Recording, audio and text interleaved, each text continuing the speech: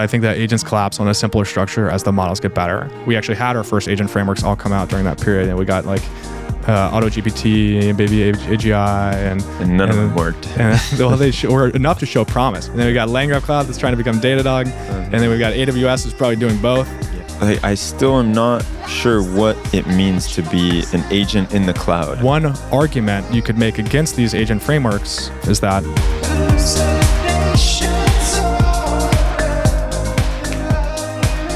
here we go. Let's go. This Demetrios. is particularly close to my heart because I started in tech as an SDR, and you are working on making that job obsolete. Well, we don't have SDRs at 11x, so that's true. Really? Yeah, we actually we only have account executives and other roles within the revenue org, but we don't have And their calendars are booked SDRs. up.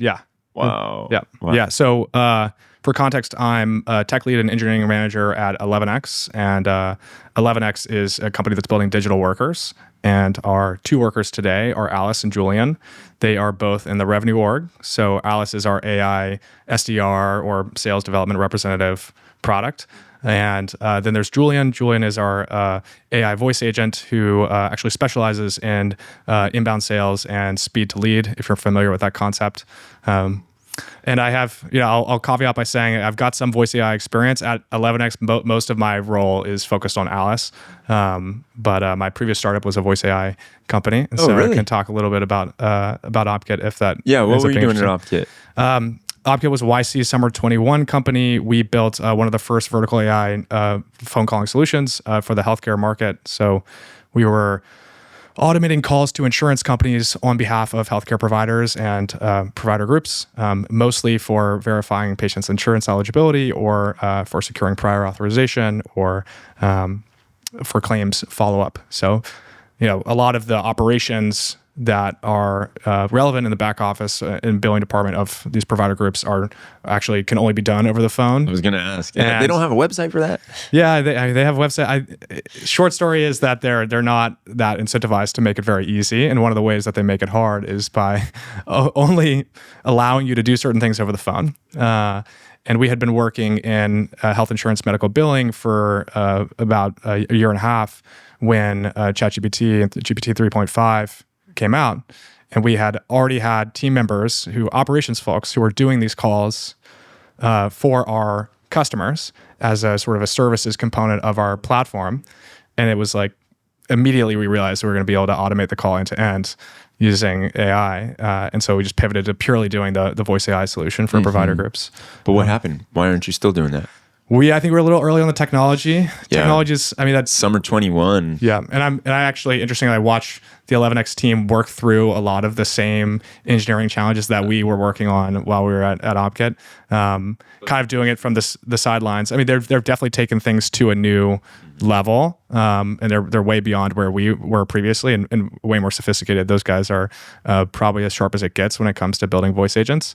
But it's funny to see like the industry is still grappling with how to do that well. And actually voice agents are really different than regular text-based or multimodal agents. Yeah, I talk about this all the time. It's a rich medium, but when we type something out, if you and I both type the same thing, it's pretty much understood what we're trying to say. Yeah. If we say the same thing, it can be that I'm saying it with a certain tone and I mean one thing and you're saying it and you mean something completely different. Yeah.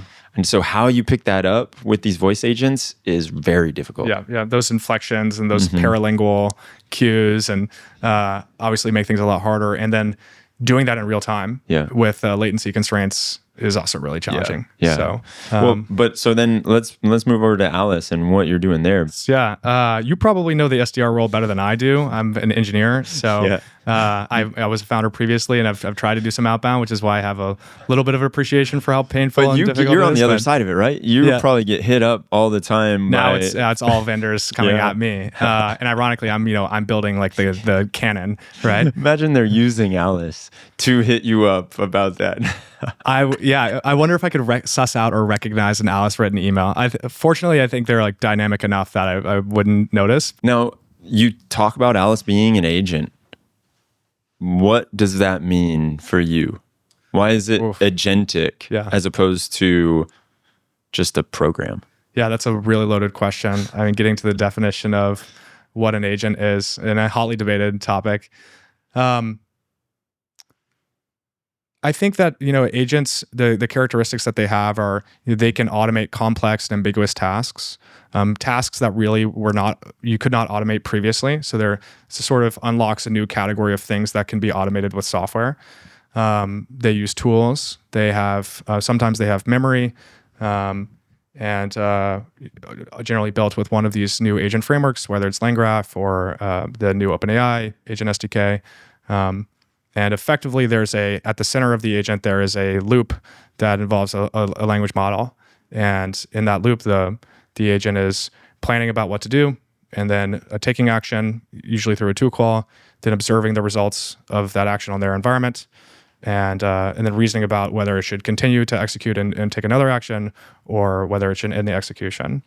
And inside of Alice, this looks like I have this data, I'm sending an email, or I'm scraping a website to find out more about this person, and then I'm personalizing a message, and then I'm sending the email. Yeah, that's essentially right. So this main campaign creation flow, which is the core part of what Alice provides, starts with sourcing. So helping you build a list of people that look like your ideal customer profile. We have an agent that specifically helps with building the right audience. Mm-hmm. Then there's research on the individual leads that are in your audience. So we'll essentially have a deep research agent that creates a really comprehensive report on Demetrios and on Sherwood and anyone else who's enrolled in your campaign, using some of our data and also using web scraping and web search tools. And then following research, there's sequence and message generation. The sequence is the different messages that occur or in the outreach process for this lead. So, I'm going to contact Demetrios on day 1, day 3, day 7. This is something the agent decides. And then finally, the contents of each of those messages. What am I going to say to Demetrios in each message? What's my follow-up going to be? What value props am I going to emphasize?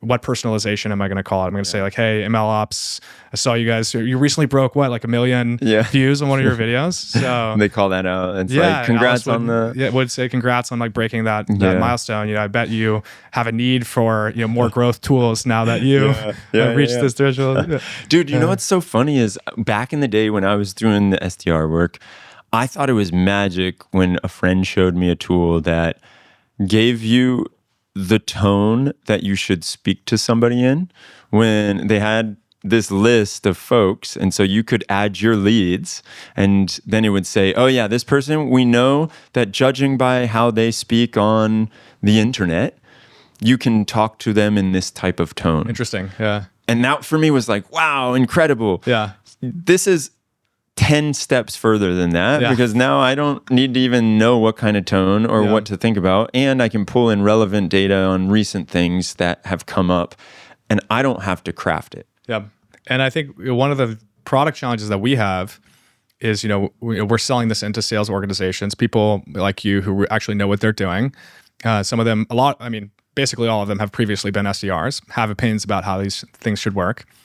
And a balance we always need to strike is that we think that Alice can do this very well. Alice is great at sourcing, great at writing messages, great at research, knows how to pick the right tone, knows what aspects of your product and business to emphasize when reaching out to this particular lead.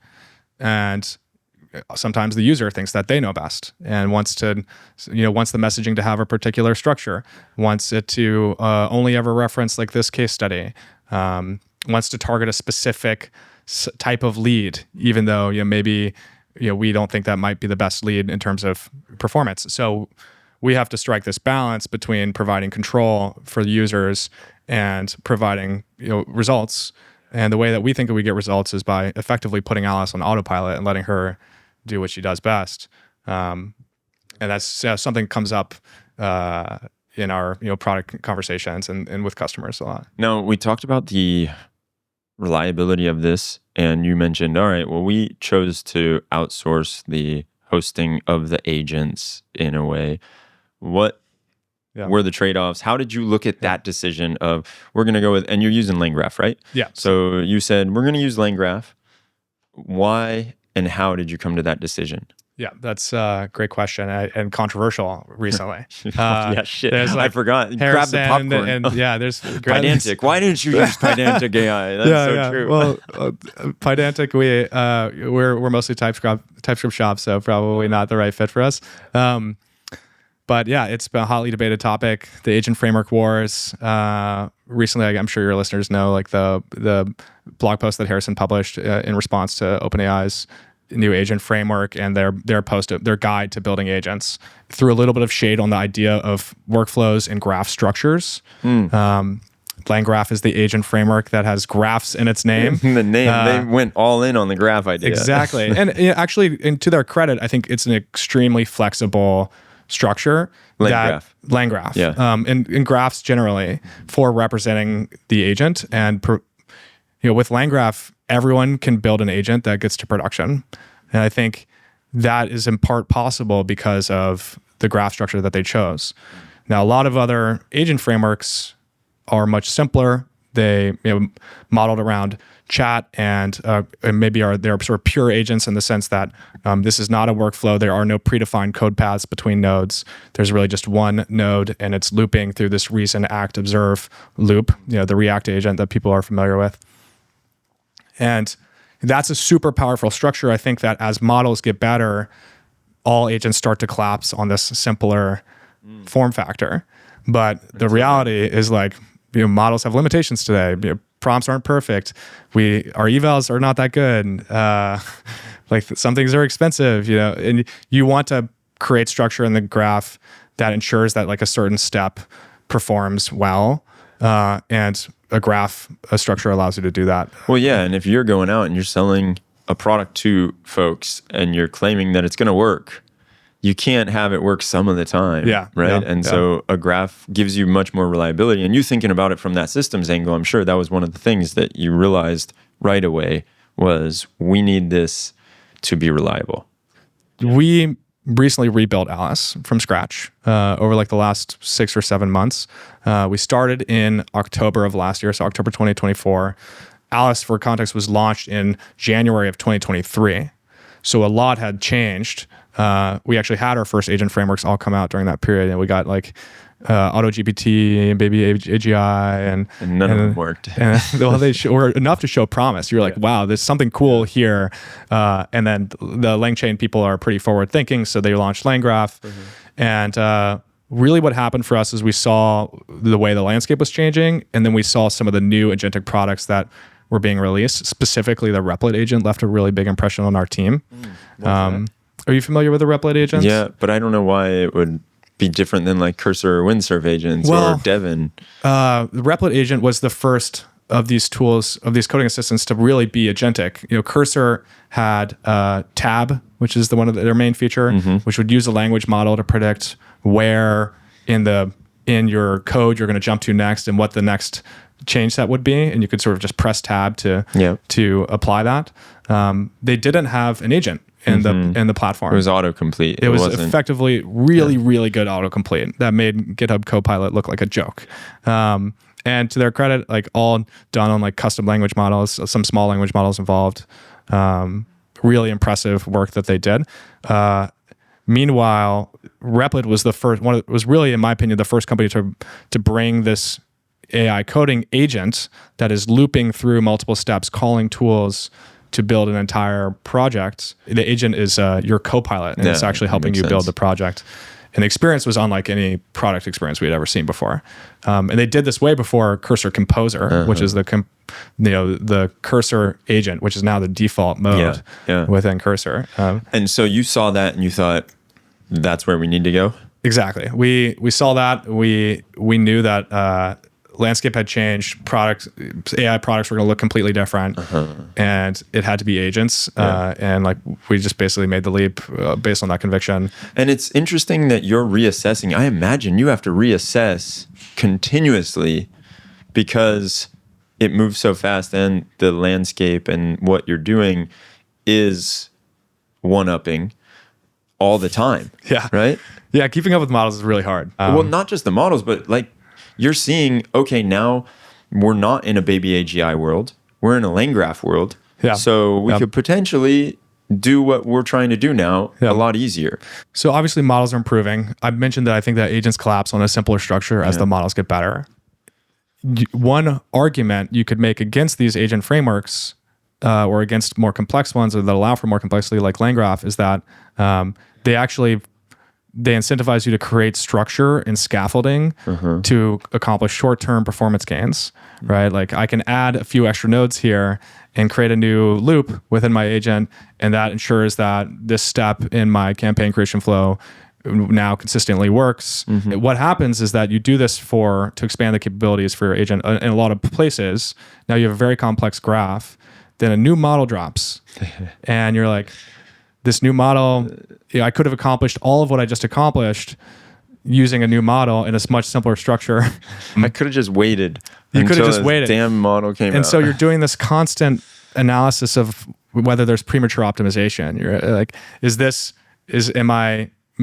investment in my graph structure or in the framework of my agent gonna pay dividends before a new model comes out that renders it obsolete? And then there's cleanup work to be done to simplify your agent afterwards, because actually what you do is you become sort of sclerotic, where the agent is like locked into this structure that no longer really makes sense, and prohibits it from doing other things that you might want to What kind of vectors do you look at as you're saying, hey, we need to be forward thinking?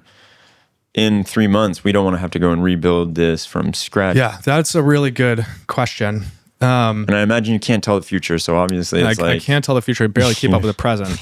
We try to obviously stay on top of all the new model releases, and at minimum, we will, when we get access to a new model, we'll have our team sort of bash it in like regular chat clients, get a feel for how it behaves, maybe use it in Cursor a little bit to see how it performs in an agent loop. We will drop it into our agent and see what the performance impact is. To be honest, it's a lot of vibes today. We have an agent that works and a agentic product that's pretty successful, customers are happy with. Can you just lock it in there then? I wish we could just say mission complete and we're done. But I think that there's a lot more that we want Alice to do, and our North Star metrics are revenue generated for customers or pipeline generated for customers, meetings booked. Some of these are hard to do attribution for, by the way. Positive replies to any of the outbound messages, and anything we can do to create lift in those metrics justifies like the investment on the engineering side.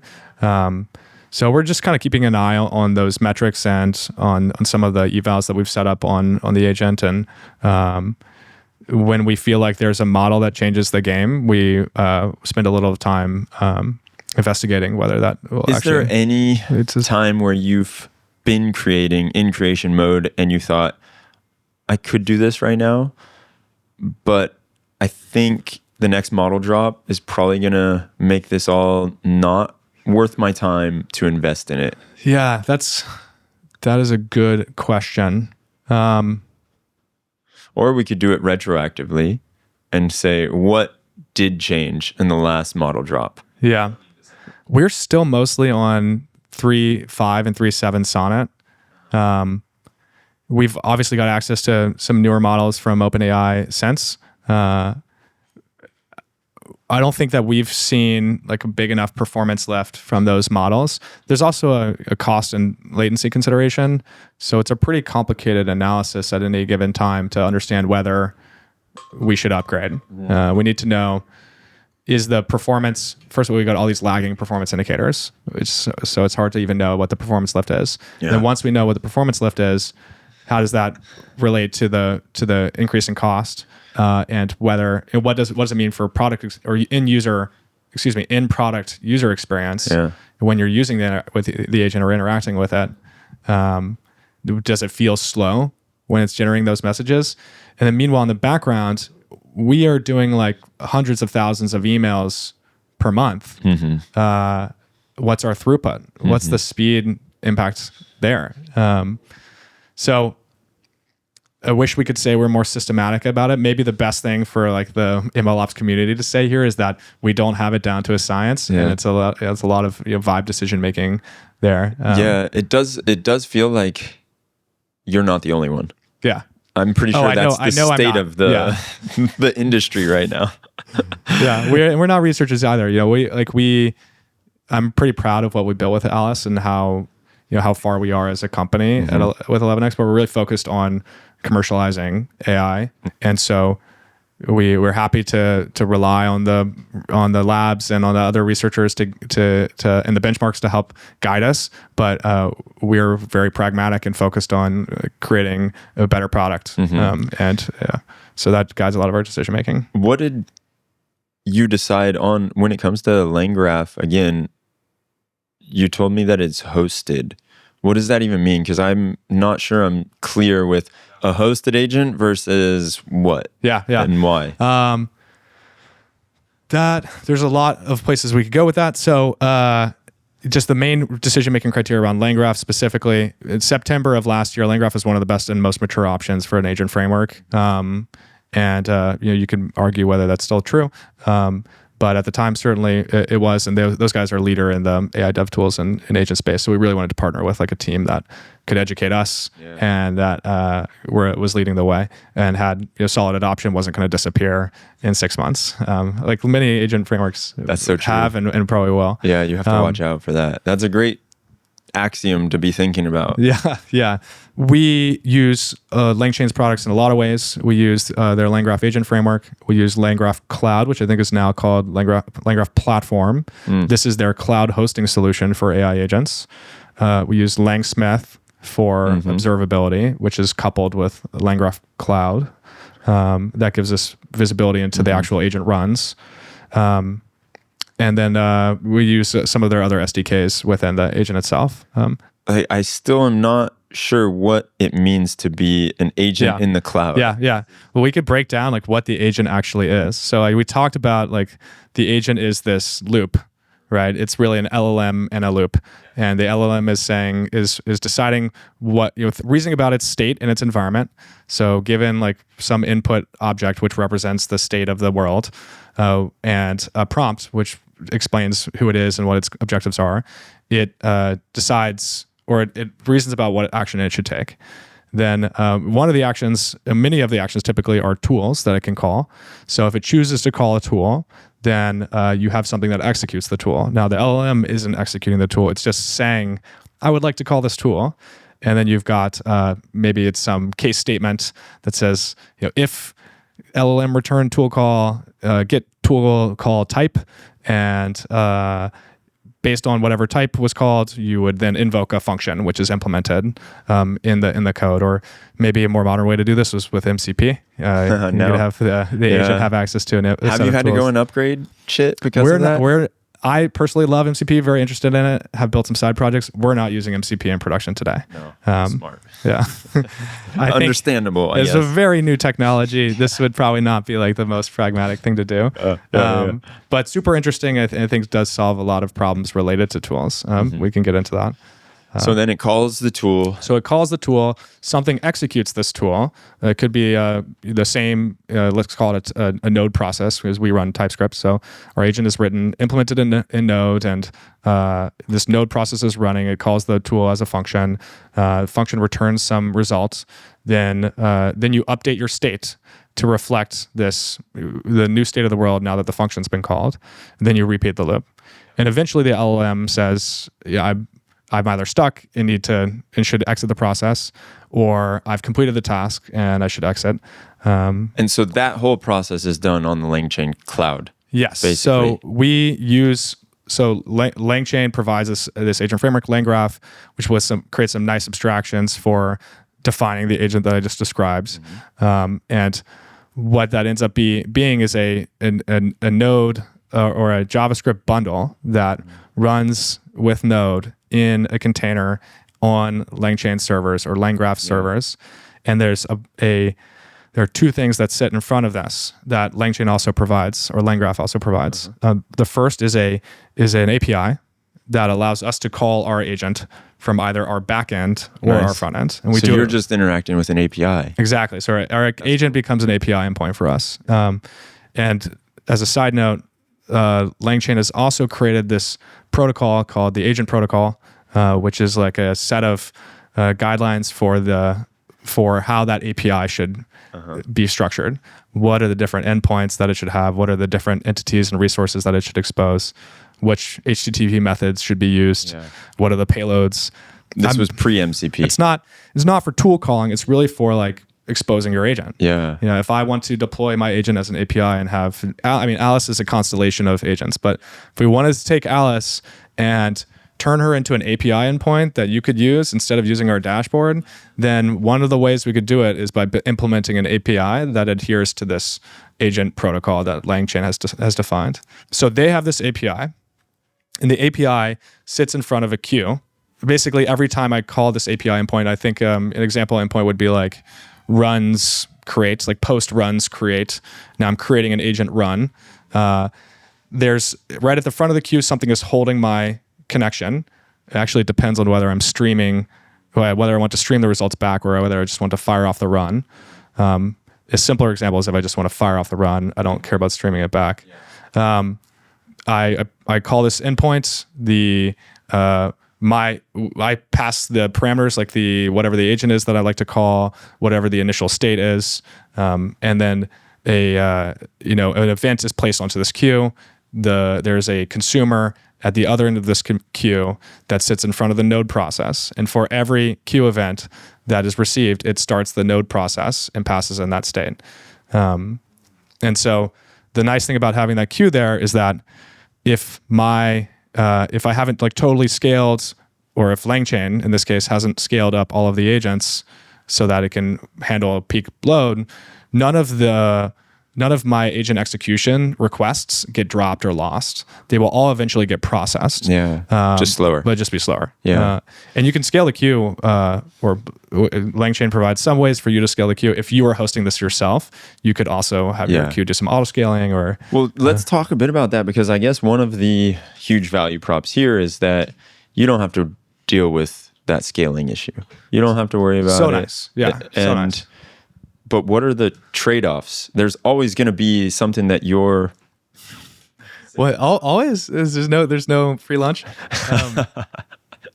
Yeah, there are trade-offs. I mean, so this is like a lot of infrastructure we didn't have to build. Yeah. And it's infrastructure we could have built, but with Alice is also like a SaaS tool. I mean, there's the agent, but then there's the dashboard, and then there's we have other background processes that are happening. So we're building a whole application, and then we're building this agent that needs to hook into the application. And you rebuilt it in October when you already had something out. So you can't just turn around and spend a year and a half building out the infrastructure, I imagine, so that you can get this agent going. Oh yeah, there's a whole meta here, which is that our customer base was growing, our old product was starting to crumble. You were going fast. You had to go fast. Go-to-market was not slowing down for us. We had to get this thing out really quickly. And it was quite the crunch. It was super painful, but we're on the other side of it now, so I can laugh about it. I heard somebody talk about that being type 2 fun. Yeah, that's exactly right. It was type 2 fun. It was a lot of late nights. My skin looks a lot better than it did in March or whatever, February or something. You got some sun. Thank you. Yeah. Not as pasty. I remember the first time that I met you. It's a little more pasty. Let's see, the trade-offs. I mean, so it was super advantageous for us to do this just to get off the ground really quickly and to not have to worry about building that infrastructure. I think some of the trade-offs were, when we started using Langgraph Cloud, it was a newer product. We did run into some scaling issues at times. There were some limits on the extent to which they could scale an individual, what they call a deployment. So in fact, we actually had to create lots of deployments. Those queues or those You APIs? can think about this as like, if you're deploying a service in Amazon, you like deploy an ECS service. If you are deploying an agent in Langgraph, you create a deployment. And we had a lot of volume. We had spiky volume, and that led to us running into connection timeouts during those peaks. And obviously, one of the things we could do to make this better is to smooth out our request traffic, which we have done, and that's we take full responsibility for our query patterns, but. We were also, we were exceeding some of the limits of what they could do. The extent to which they could scale an individual deployment. So The way we got around with this is we created 10 different deployments, and then we had all of our clients as round robin across them. And now it's been fixed, so we're consolidated again. And then other challenges, we have a deployment pipeline that deploys all of our backend services. Our code is stored in a monorepo, including the agent itself. So usually at any given time, the main, whatever the head of main in our monorepo is, represents the state of the world, what should be in production. And our deployment system works for all of our backend services. We've got a separate set of infrastructure now for our agents. So if we want to also auto deploy and auto roll back our agents, there's all of this additional deployment infrastructure we need to create to support that. And our deployment system gets way more complex. And then last thing that comes to mind is on the observability front. Agents are software just like everything else. And we want to see the logs. We want to see the traces. And we typically pipe all of our observability, telemetry, logs, traces, metrics to Datadog. Okay. And this is different than Lang. What's the service? And this is another small complaint about using LangChain ecosystem is that they have LangChain, Langsmith, everything is Langgraph. It's the year of the Lang for them. It is the year. It's been the year of the Lang. Langmem. There's more. Yeah. God. Ironic because it's hard to remember. Yeah. And it's all about memory. And then there's two sets of documentation for both Python and TypeScript. Oh. So you're like, am I on the right documentation page right now? God, that's painful. Yeah. We've gotten better at navigating that. I think they've gotten better at positioning figuring the out. products. Call it something different. Yeah. The Langs have been exhausted. Yeah. It's the calling card. We, on the observability side, Langsmith offers a lot out of the box, which is great. But I'm a former infrastructure and observability engineer.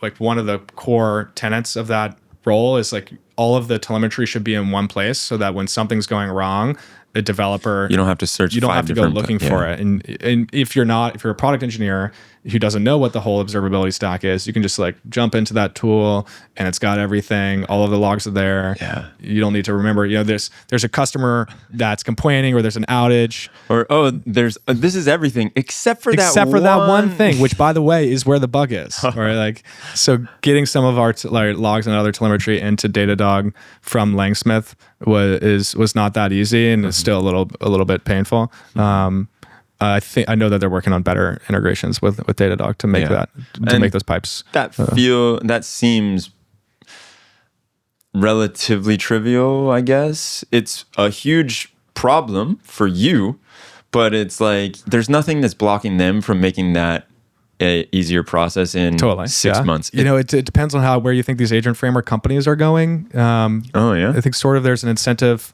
for LangChain to own everything. They want to lock you into their platform, and all of their agent frameworks are open source. A lot of their other tooling is open source.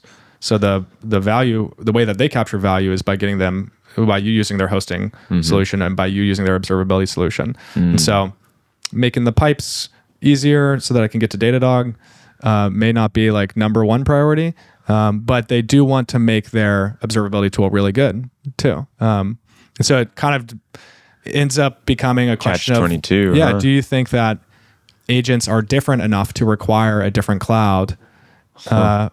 Will we end up using dedicated clouds for agents, or will we just deploy agents like we deploy other software to existing clouds? Yeah. Is it complex enough to warrant its own cloud? I think that's I'm not sure about that. I think we talked about the infrastructure pieces that are required to host an agent. I think that you could imagine all of open source versions of all of those, or a single open source solution that combines those components. Yeah. Something like an Elasticsearch or a Kafka that is, everyone knows how to work and everyone knows how to deploy. And AWS is a one-click deploy for. So I don't think that's out of the realm of. I'm surprised AWS hasn't stolen Langgraph actually and run it as a service on AWS. Now that you say that, they have their own agent framework. Yeah. And they have AWS Bedrock, and they have Bedrock agents.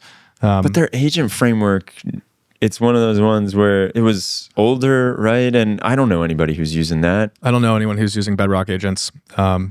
No offense to the Bedrock team. Doing great work. We use Bedrock for inference. Bedrock has a partnership with Anthropic where they can host some Anthropic models. So, but why Bedrock as opposed to just going to Anthropic? Because of the reliability? We originally switched from Anthropic to Bedrock because of rate limiting. We couldn't get high enough rate limits through Anthropic. You got to know someone. You got to have an angel. And so Bedrock gave us higher rate limits. Now, I think there's a difference in cost between the two platforms. And so this is like where you get your procurement team involved. Are you sure you don't want to give us these better rate limits? Yeah. Well, that's a great point. So then... It's just a ghost. Yeah, just a ghost. There's fitting for this room. It's super cool space, by the way. Yeah, it is cool. Huh? Thought about getting a bunch of cigars. Oh my God, that would be cool. But I wouldn't be able to like step out of work to come do the podcast. Yeah, so, like, or we don't have to smoke them. We just chew on them and look cool with them. Just have one like smoking in a tray. Yeah, yeah, I bet they would be very excited about us doing that. We could do an after hours thing. Yeah. Well, what else, man? There's a few other things, right? Like I like the trade-offs with Langgraph and hosting an agent there, Lang Cloud. Langgraph Cloud. Yeah. They missed an opportunity to confuse the shit out of people more and just call it Lang Cloud. I think Lang Cloud would have worked. It would have been fine. That's the next iteration. Yeah. You know what I would love to talk about is you as a observability guy, how do you see observability being different now with agents, if at all? And it can be totally cool if you say nothing. It's same. It's still software. No, I think... This is a rich question. Okay. We might have to noodle on it a little bit. So my background in observability is I was a second infrastructure engineer at Brex, and had like an amazing mentor who grew me a lot at Brex, built a lot of cool production infrastructure there, and then at some point established the observability team at Brex, and so we had a couple of folks who are specifically focused on developer tools related to instance and understanding how systems are behaving in production. In practice, that's like we set up Datadog, we set up auto instrumentation for all of our services. We had like 30 or 40 different microservices running in our Kubernetes cluster. All of them are sort of uniformly and automatically instrumented. We had an incident process and tool that you would use for kicking those off and for resolving them, and some other observability tools as well for things like fraud detection. And a client-side observability is actually an interesting area too. That means like capturing errors that occur on the client as opposed to on the server. Things that, for example, there's like exception that occurs in your web app, and it happens in the user's browser. How do you send that back to a server somewhere so that someone can look at it? Someone knows that something went wrong. Yeah. There are a lot of tools for doing this today. Like I think LogRocket was one of the first ones. PostHog has a session recording feature. And it's pretty cool with all the browser DOM events. You can reconstruct exactly what happened on their experience. So they're not actually recording your screen, but they might as well be, because you look at the recordings, it's the exact same thing that happened. I think observability with agents can be really interesting. One is I think that just agents. So there's two separate things we can talk about here. One is like, what does it mean? How do we observe agents as more of our production systems become agents? Like, how do we keep track of what's happening and make sure that they're performing reliably and reconstruct things after the fact? And then the other one is like, what does observability for just regular software look like when a world of AI agents? Yeah. To tackle the latter one, I think agents like have a lot of potential to automate the sort of production infrastructure or site reliability process. I mean, so much of what I do in my day-to-day is someone says there's an issue, customer reports an issue, or customer success person reports an issue. I get like an organization ID, maybe a URL, and then I can roughly, I guess it happened within the last hour or something like that. Maybe I get a Loom or a session recording. That's lucky. crazy. Yeah. and then I take the whatever pieces of it, whatever clues I've got, and take them to Datadog or to another observability tool, and or maybe our I can query our production access to our database. So if I can look up a record, if it seems like a record might be in a bad data state, and I have an identifier, I can query for that in our Postgres database. And in Datadog, I can plug in like a trace ID or the organization ID and get the logs related to that request or org, and then I start piecing together what went you're wrong. probably asking people on Slack. It's funny that you're mentioning this because we had Willem in here yesterday, and he's working on AI SDR. Yeah. No, sorry, that's what you're working on. He's working on AI SRE. And I built one over the weekend. Yeah. No way. I won a hackathon building an AI SRE. I saw that. Yeah, that's awesome. It's so funny. He's doing that. He built a knowledge graph on all the stuff that's happening in Slack, all the stuff that's happening in the logs, all the stuff that's happening in your environment, and how do you connect all of that and know what's valuable, tell the agent. Sometimes he was saying that the agent will just go and do its thing and come back with nothing, but it will tell you, hey, I searched these places, and so then you don't have to go and search them. Yeah, that's super valuable. Exactly. Yeah. You have to really trust that the agent's doing its job well. Especially if it comes back with nothing. Yeah. But you're like, are you sure about that? I don't believe you. Yeah. I'm going to go check it. And anyway. agents just, they want to please, language models want to please. Yeah. So they have it's probably rare that they come back with nothing. Products like that have a lot of potential. It's a clear set of tools that you would integrate with, clear set of data sources, and you're just correlating this commit with this error log line with this bad record in the database over and over again, and then summarizing what happened, creating a linear ticket out of it, you're responding to either the customer or the internal user, and agents can automate a lot of that process. So we see them automating like the code, the process of writing the code and shipping it. Yeah, we don't really see them automating the production, what's happening in production. Yeah, root cause analysis of what's going on, why did that fail, and even preemptively saying, you sure you want to put that kind of scale on kind of load on now? That's another piece actually. AI code review, which has happened somewhere in between those two things, and there are some cool tools there. I know someone, Meryl Lutsky from Graphite is one of the leading AI code review tools, and we use Graphite and love it. It pretty consistently catches things. Now the balance you need to strike there from a product perspective is how do you make sure that you are catching things and providing useful suggestions without being noisy, because nothing devs hate more than noise. That alert fatigue. Yeah. And I know a friend that plugged in an LLM to their GitHub instance, and then they turned it off like 6 hours later, and they were like, this is not going to work. Yeah. And so really recognizing what's valuable and what's not, that's a huge thing. Now, when it comes to the observability of the agents, though. Yeah. I think that agents are kind of complex and scary and new. It's important to remember that agents are just like software. They're just regular software programs. And so observability in a lot of ways is the same. You should be instrumenting them with metrics, logs, and traces. You can do this using open source libraries.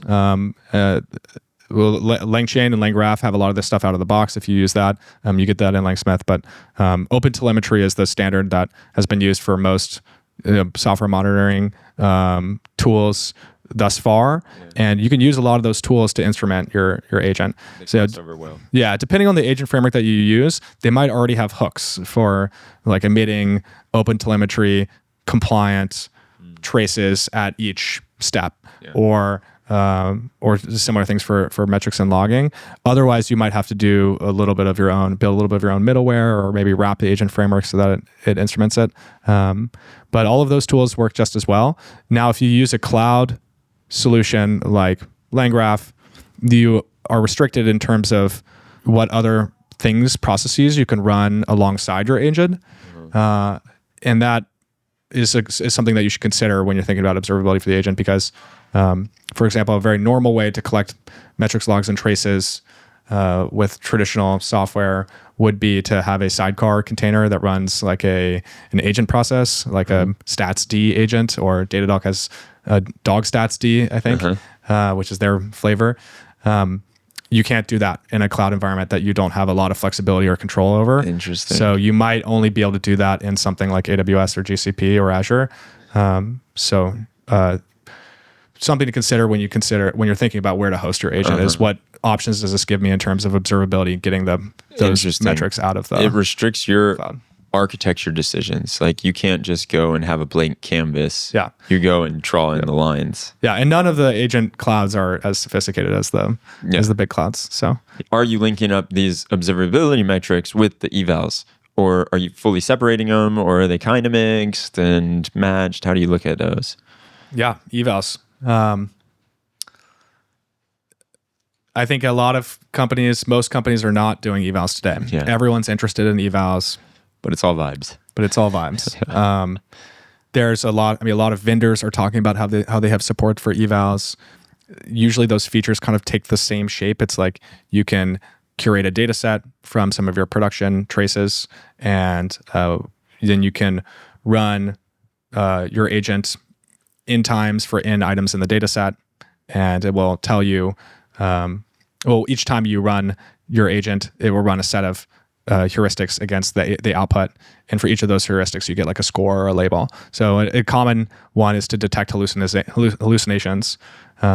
We actually use this in our message writer. So we have an eval that actually automatically runs on some percentage of production traces for the agent that generates the messages. And this is also done with LangChain. This one is done. We've implemented, and LangChain offers this capability. This one we were trying out another tool called Arize, which is another LLM or AI observability tool, and they also have support for evals. And so this one we implemented using Arize. I don't have strong opinions. This is using their core platform. Okay, although cool. Phoenix is really interesting, and I think I've been interested in Phoenix for a while as a way to deploy sort of like a production grade observability tool locally for all of my developers on my team. So we're running these agents. We can run our entire application locally using a single command, which is sweet. Starts up a bunch of services, starts up the client, starts up the agent server, which is built on Langgraph. Yeah. What would be really nice is to also start up this dev server that allows you to view all of the agent traces that are happening on your local agent, and maybe even iterate on some of the prompts through that server. And I think Phoenix might allow us to do something like that. Nice. Okay. Just make like a much better local development experience for building the agent. All right. So sorry, I got you distracted with evals in production. The main one we have running, or one of the ones we have running today, is detecting hallucinations in messages. Obviously super awkward if you say like, hey, Demetrios, congrats on passing 10,000 subscribers. And you're like, it was what? a million. It was a million. My ego is hurt. Exactly. Actually, that might generate a response. Yeah. Not the kind of response you want. Probably. But actually, I was telling you this earlier, like, I imagine a lot of the stuff that AI generates, or Alice generates specifically, is a lot better than the human stuff where I was saying some random shit in my that's so DMs. Funny. We get scrutinized a lot on our messages too, because users will log in and they'll be like, I saw this slightly weird message that you sent to one prospect, and maybe the prospect's LinkedIn says they work at like Intuit. And our data set, our email says like Intuit Accelerate or something like that. Because so it's a little bit off. Yeah, it's not enough. Like a little off, or it's like when you're spelling, is it dessert or desert? And you're like, it's the same when you look at it and you don't know how to spell like me, and so you're like, I said dessert, right? Yeah. There's one other thing that's really funny about this is we often.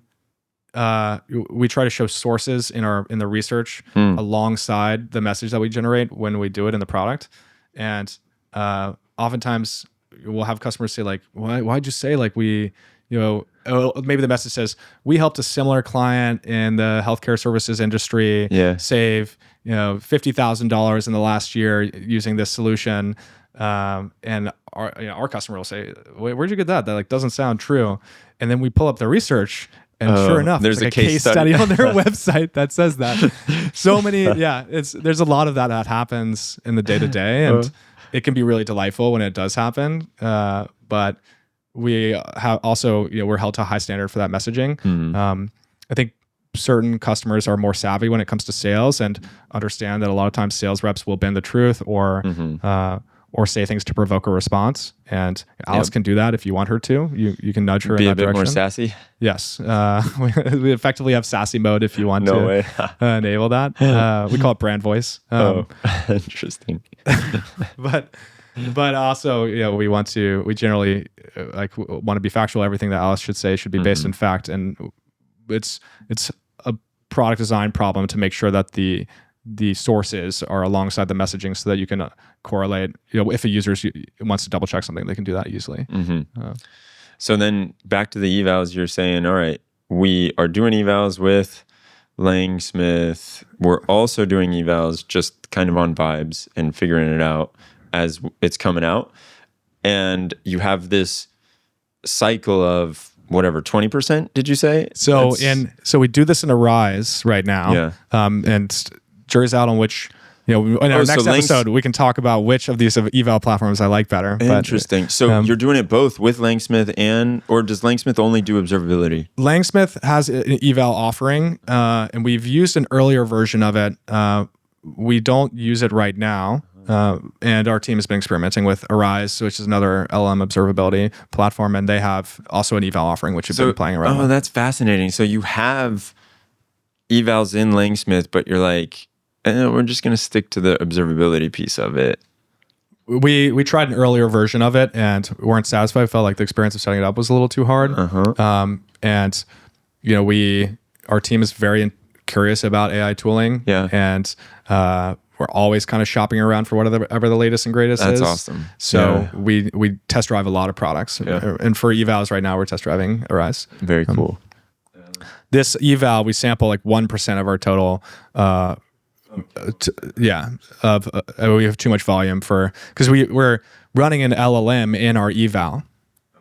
So LLM as a judge, and so like it could be expensive if we ran it for 100% of our traces. We only do it on like 1%. But what's cool is it gives us this number between 0 and 1, which represents the average across all of the traces in a period of whether they have hallucinated or not. So if that number is close to 1, it means like we're not hallucinating. If the number is close to 0, it means we are generally hallucinating. Exactly. You're a Burning Man, right? This SDR is writing emails from their satellite connection, from Deep Playa. So that's what that's a number we watch to sort of as a bellwether of whether or not like a recent change to the prompt has made it less reliable or something like that. And what the research or what the eval is doing is it's comparing the inputs, which include this research report, which we've assembled, and the outputs, which are the email that we've written, basically saying, hey, is there anything in the email that doesn't match the research report? Okay. I have a very clear picture of how you're running your agents. You're hosting it with Langgraph. You've got Langsmith as the observability. You're exposing an API in a way for that agent that you can then build services off of. You are relaying whatever the output is. You're taking 1% of that and feeding it into Arize right now and saying, we've got these evals, and you're matching it up with, this is what the research says, and this is what you said. How accurate is it, right? That's effectively how the eval works. We send all of our traces to Arize in the same way that we send them to Langsmith. These are the agent traces, and we run a bunch of agents for Alice. One of these agents is the message writer, and the input for the message writer is the research report, some demographic info, and the output is the message. And so for the traces that are message writer traces, for 1% of those, we run this hallucination eval. Wait, but then what is, because you've got Datadog, right? And Datadog is your observability, like the system observability. What is Langsmith doing then? Langsmith, so some of these things are duplicated. We have, Langsmith allows you to do logs, metrics, and traces too. For the agent. For only what's deployed in Langgraph Cloud. Oh, I see, yeah. Which is our agent. Now, it's nice to get all of that data into into Datadog if possible, because that's where it is for all of our services. I see. I remember you saying that now. That makes a lot of sense. Because it's like Datadog can't cover what's happening in Lang Cloud. Exactly. There's two walled gardens right now. And Interesting. I think the LangChain team, I don't want to publicly promise anything on behalf of them, but I'm pretty sure that they're working on some kind of integration that will allow us to pipe more of our data to Lang or to Datadog. But they're not going to let you put a Datadog instance in Lang Cloud. I don't think that their ambition is to become a general observability platform. Yeah. Like to have all our backend services send their logs to Langgraph Cloud.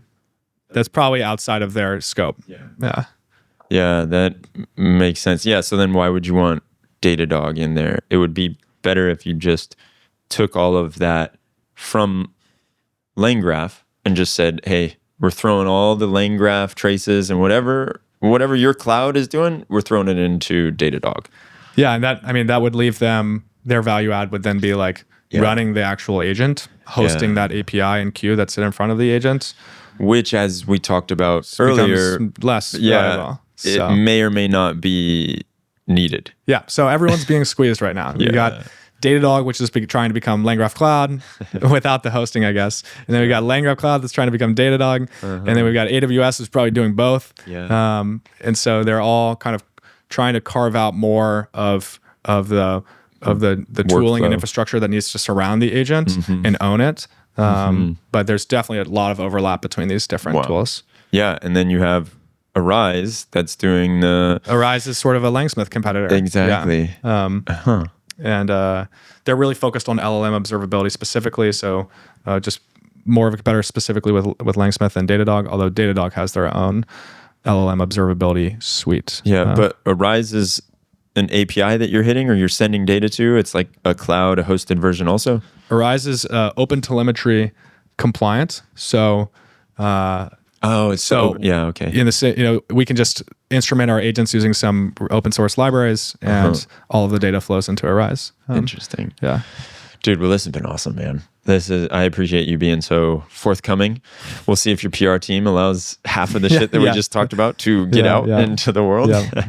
I think the technical stuff is really good. Yeah. So, oh man, this is fun. We could have gone on for longer. I think we can. Well, we'll continue the conversation tonight. I'm looking forward to it. Yeah, I'm gonna